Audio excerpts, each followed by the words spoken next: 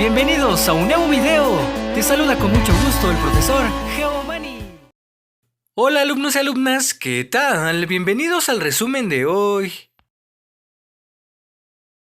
Asignatura Geografía. Uso de ríos, lagos, lagunas y presas de México en actividades humanas. Aprendizaje esperado. Distingue la distribución de los principales ríos, lagos, lagunas, golfos, mares y océanos en México.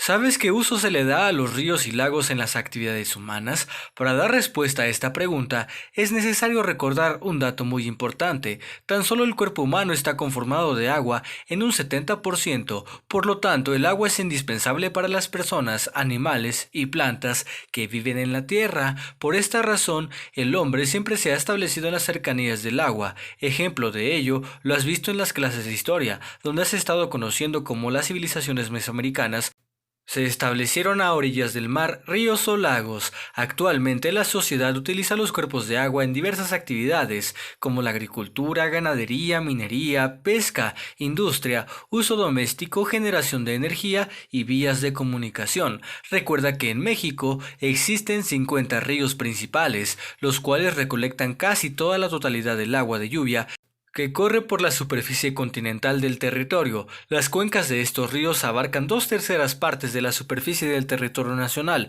Entre los ríos más caudalosos e importantes para la captación de agua están el Grijalva, Uxumacinta, Papaloapan, Coatzacoalcos, Balsas, Pánuco y Santiago. Además, México cuenta con importantes lagos como Chapala y Pátzcuaro, lagunas como las de Bacalar, Tamiagua y de Coyuca, así como presas como el Infiernillo, Nezahualcóyotl y el Cajón. El río Nazas corre por las entidades de Durango y Coahuila y nace de la parte alta de la Sierra Madre Occidental. El río Bravo es el límite entre Estados Unidos y México. Se aprovecha para la agricultura. El río Grijalva, su cauce recorre los estados de Chiapas y Tabasco. Nace en el cañón del Sumidero y desemboca en el embalse artificial de la presa hidroeléctrica conocida popularmente como Presa Chicoacén. Lago de Chapala se ubica entre las entidades de Michoacán y de Jalisco. Es el más grande del territorio mexicano.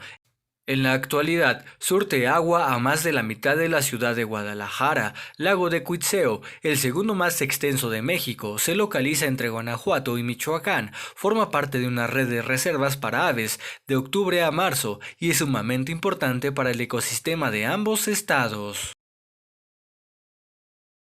Asignatura Español. Corrijo mi trabalenguas, aprendizaje esperado. Conoce las características de los trabalenguas y juegos de palabras. Trabalenguas. Palabras o frases difíciles de pronunciar que sirven para mejorar la dicción, la fluidez lectora y la seguridad al leer. La rima es la repetición de sonidos en dos o más versos. Familias léxicas son varias palabras que provienen de la misma raíz. Juego de palabras son aquellas que se escriben igual pero tienen diferente significado. Palabras parecidas son aquellas que tienen sonidos similares, casi siempre empiezan con la misma sílaba.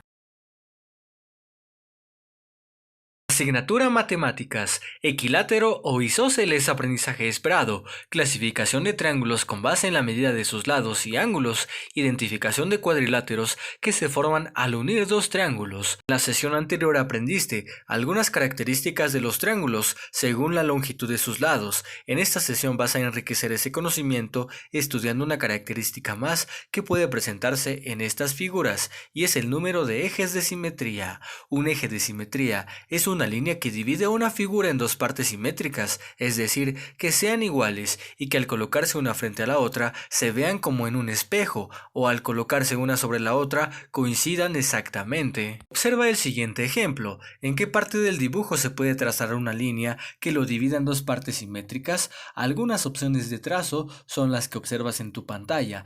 Para identificar cuál línea es un eje de simetría, un recurso es recortar la figura o doblarla como indica cada una de las flechas. Doblar cada figura por la línea roja obtendrías algo parecido a esto. Como puedes observar, solo en una de las figuras las dos partes se sobreponen de forma idéntica. Si al trazar una línea sobre una figura y doblarla sucede lo que acabas de observar, entonces esa línea es un eje de simetría, ya que divide a la figura en dos partes simétricas, es decir, que son exactamente iguales y pueden sobreponerse sin presentar diferencia alguna. ¿Y qué pasa si no la puedes doblar? Si no es posible recortarla y doblarla, debes observar que ambos lados de la línea trazada se encuentren a la misma parte de la figura, a la misma distancia, como si se colocara un espejo. Ahora identifica los ejes de simetría del siguiente triángulo. ¿Cuántos ejes de simetría se pueden trazar en el siguiente triángulo? Traza una primera línea en el centro de la base y el vértice opuesto. Tendrías este resultado. Como puedes observar, la línea divide al triángulo en dos partes iguales y simétricas, por lo tanto la línea marcada es un eje de simetría. Pero no es el único lado que puedes emplear para trazar considerando que son tres lados iguales. Puedes en cada uno trazar un eje que vaya desde la mitad de cada lado hacia el vértice opuesto, obteniendo los siguientes resultados. Si trazas cualquier otra línea sobre la figura, aun cuando pudieran ser parecidas a la que ya identificaste, ninguna de ellas te permitirá identificar partes simétricas.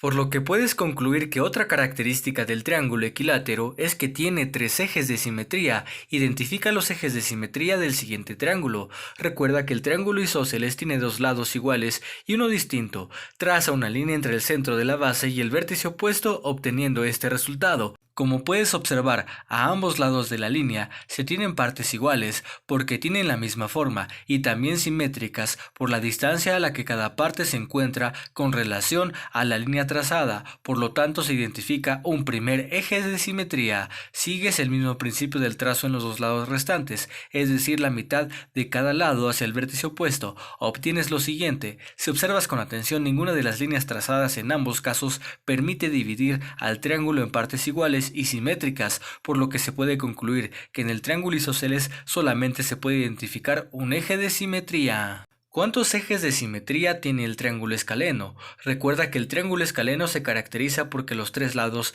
tienen longitudes distintas. Aplicando el mismo principio de trazo entre la mitad de la base y el vértice opuesto, observa cómo es el primer intento. No divide al triángulo en dos partes iguales y simétricas. Observa qué sucede con los otros dos lados. En ninguno de los casos se divide el triángulo en partes iguales. Entonces, un triángulo escaleno tiene 0 ejes de simetría. Si es un triángulo isósceles, tiene un eje de simetría. Si se trata de un triángulo equilátero, tiene 3 ejes de simetría.